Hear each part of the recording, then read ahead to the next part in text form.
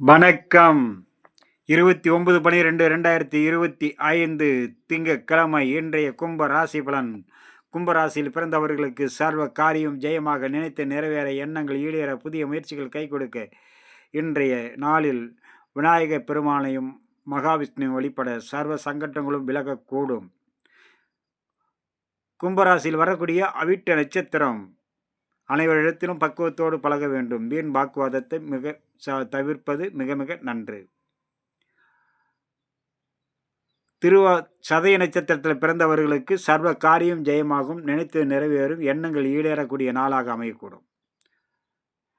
அவிட்டத்தில் மாலை நேரத்தில் கலகலப்பான பலனை கொடுக்கும். சதயத்தில் மிக மிக கவனத்தோடு இருக்க வேண்டும். நாள் முழுக்கவும் வீண் வாக்குவாதத்தை தவிர்ப்பது மிக மிக நன்று.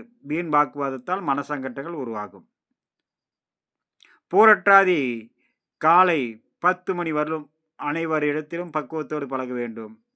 பிறகு அனைத்து வகைகளும் நன்மைகள் வந்து சேரும். நாள் முழுக்க மிக மிக மனசாந்தமும் சந்தோஷமும் கொடுக்கும். மாலை நேரத்தில் மன உற்சாகமாக செயல்படும்.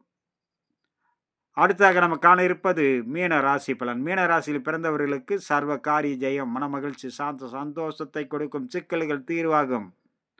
அனைத்து வகையான நன்மைகளும் வந்து சேரும். அதே நேரம்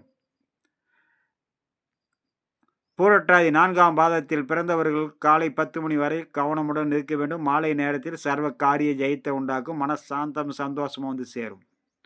உத்திரட்டாதி அனைத்து விதத்திலும் பாதுகாப்போடு இருக்க வேண்டும். சிறு சிறு மன சங்கட்டங்கள், மன குழப்பங்கள் உருவாகக்கூடும் என்பதனால் கவனம் அவசியம் தேவை. செய்யும் வேளையில் பதற்றமோ வேகமோ கூடாது. பயணத்தின் போது மிக மிக கவனத்தோடு இருக்க வேண்டும். உயரமான தளங்கள், கரண்டு, நெருப்பு, கூர்மையான ஆயுதங்களில் பணிபுரிபவர்கள் மிக மிக கவனத்தோடு இருக்க வேண்டிய நாள்.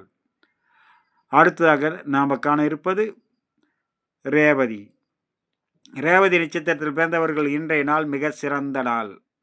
நல்ல நன்மைகள் வந்து சேரும். நல்லோருடைய ஆசையும் அரவணைப்பும் கிடைக்கும். உங்களுடைய இந்த ராசியில் பிறந்த ஒவ்வொருத்தருக்கும் சர்வ சங்கட்டங்களும் விலக விநாயக பெருமானையும் மகாவிஷ்ணு வழிபட சர்வ சங்கட்டங்களும் விலகக்கூடும்.